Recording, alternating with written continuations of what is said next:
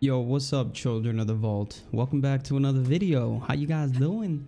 Anyways, today I'm gonna bring you guys an Amara elemental build. This is gonna focus a lot on damage over time and just straight up damage. No healing, none of that BS. It's just gonna be straight up damage if you guys are interested. So let's just get right into it. So first off, I'm gonna start off with the weapons I like to use, and for my first slot, I like to take an incendiary weapon. In this case, I have the fire cell long musket. What this weapon does is it's a flamethrower and it does a lot of damage to flesh. As you can see, it is incendiary and it really helps whenever you grasp an enemy. You just focus that enemy and you're gonna do a crap ton of damage to them. I do have an anointed version which increases fire rate and reload speed for a short time, and that essentially increases my DPS. For my second slot, I like to take a brainstormer. This one, we already know what it does. Basically, when you shoot an enemy, it creates this lightning effect. It has a chance to create lightning effect, affecting nearby enemies. And these nearby enemies take damage over time. So more status effects, more damage over time. It also synergizes very, very well with the skill in the red tree called Indiscriminate. This creates a ricochet chance. So every time you shoot an enemy with this weapon, there's a chance for the lightning effect to happen that comes with the weapon. And there's also a chance for the ricochet. Whenever the bullet ricochets, 7 bullets in total. This weapon shoots out 7 bullets, as you can see here. And out of those 7 bullets, some of them are going to ricochet to nearby enemies. And additionally, those enemies are also going to have a chance to create that lightning effect, essentially sending that lightning back to the original target, creating even more damage over time. If you don't have this weapon, you can take something like the Shotgun AAA. This is a very good pistol, very underrated, extremely good, destroys shield even faster than this one. The only reason why I like this one is because this one you can destroy multiple enemy shield at the same time. With this one, you can only do one target at a time. And for my third slot, I like to take corrosive damage to deal with armor. And in this case, I have a crossroads, but I say maybe a shotgun would be better, like a butcher or something. But I have a crossroad.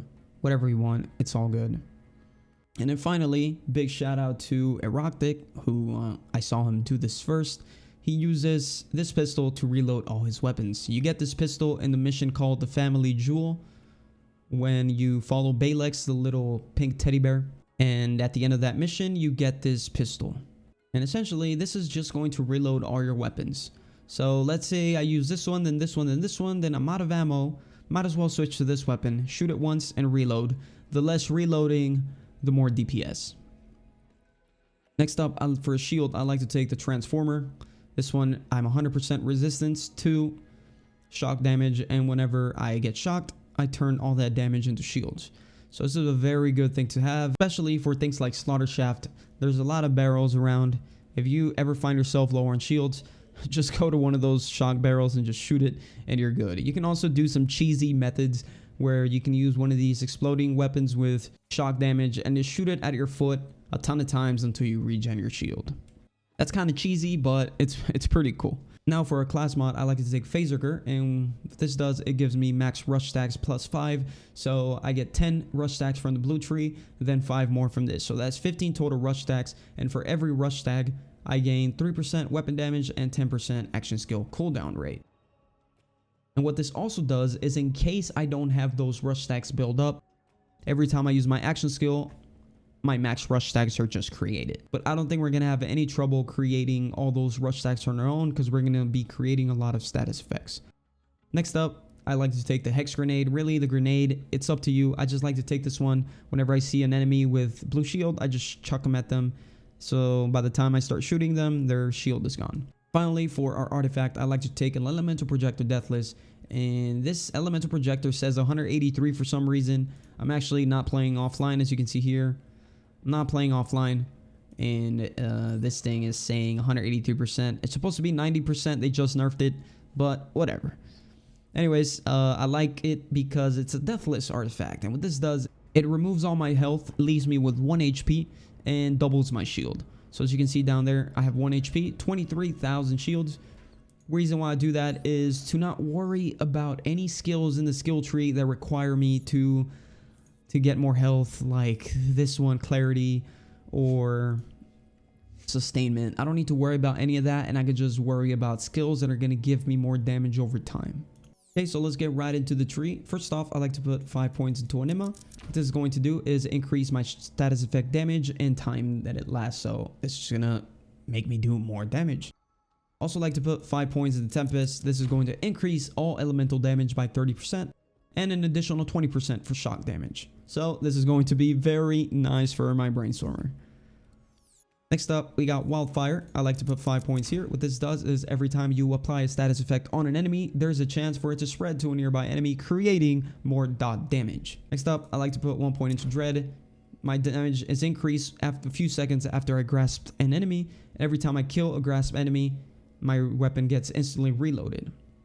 Next up, I like to put 3 points into Indiscriminate. We already talked about this. It's going to create ricochet chance, and those enemies that are being ricocheted can also get a status effect applied to them. Next up, I like to put 1 point into Deep Well. It's going to increase my magazine size, less reloading, more DPS. Then you want to make all the way to Forceful Expression. You need to spend 5 more points. Do not put them on Sustainment if you're using a Deathless artifact like myself.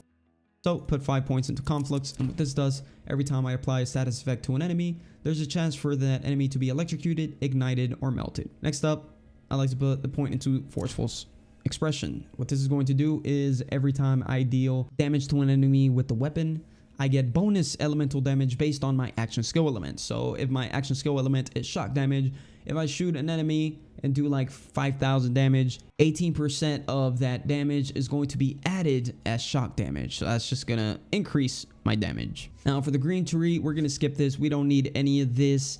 I mean, if you ever have trouble surviving, yes, I'll make a build for people that need help surviving, and I'll put some points in here. But for now, let's move on to the blue tree.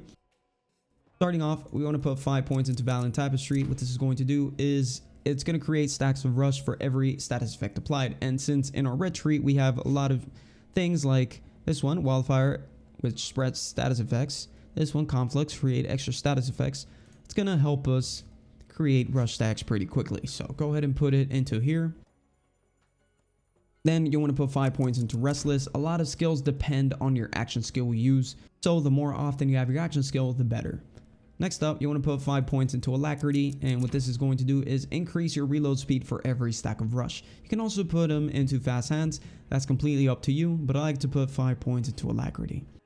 Next up, you want to put a point into Ascendant. What this is going to do is just increase the augments effects that you have. So right now we'll talk about that a little bit later. Next up, you want to put 3 points into Wrath. This is going to increase your damage by 20%. And every time you activate your action skill, you get an additional 20%. So that's going to be 40% in total for 8 seconds. Finally, I like to put 2 points into From Rest to increase my fire rate and charge time, therefore increasing my DPS.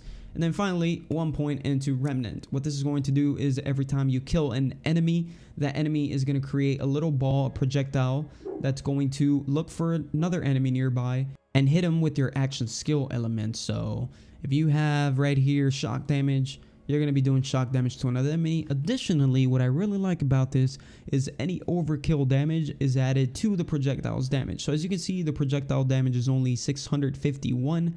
But if you shoot an enemy that has 2 HP and you hit him for 15k, that projectile is going to have 15k damage. So this is actually very good. Finally, let's go ahead and put our points into our action skill. Our action skill is going to be Ties That Bind. Ties That Bind, every time you phase lock an enemy, you're going to phase grasp an enemy. That enemy is going to create links to nearby enemies. And all the damage that enemy that's grasped takes, 35% of that is going to be shared to the other enemies. Now for the augment, I like to take Stillness of Mind. And what this is going to do is every time, as you can see it says right here, every time I phase grasp an enemy, enemies near that grasp target are phase locked. So those enemies are phase locked, and it says that they are phase locked until they are damaged or the duration ends. But that's when you damage them directly. But if you use Ties That Bind and you shoot that grasp target, all the linked targets that are phase locked due to Stillness of Mind are going to be taking partial damage from the damage you do to the grasp target. But that is not going to get them out of Stillness of Mind. So essentially, you can shoot that grasp target, your initial grasp target, until he dies, and the other enemies are not going to bother you thanks to stillness of mind. And finally, for our action skill element, that's completely up to you. Whatever you need, go for it. If you need shock, go for shock. If you need fire, go for fire. We cannot go for corrosive, unfortunately, because we didn't put any points into here. But like I said, I do have another build that includes some skills here. And then we can probably use this if you wanted to. So if you want to see that build, let me know. That adds a little bit more survivability to elemental, especially for like slaughter shaft and stuff. This build, the build I'm showing you right now is just for straight up damage. So if you're under geared over here in the weapons department, you might need to put some points in here. So just let me know and I'll release that video. But with that, I'm going to end the video here. If you guys found it helpful in any way, if you guys think it's similar to someone else's build, let me know. I mean, I feel like right now we're at a point where we more so know what skills are the best to use. And I feel like this is probably going to look a lot very similar to some other builds you guys have seen. I mean, it's not to be surprised. I mean, like, why would you pick this? That's just going to add critical hit damage. This is for like boss fights. Why would you pick this? It only affects enemies that are affected by your action skill. That's going to be more for boss fights. You know what I mean. So if you guys found it helpful, like I said, make sure to drop a like. And I'll see you guys on the next video. Peace.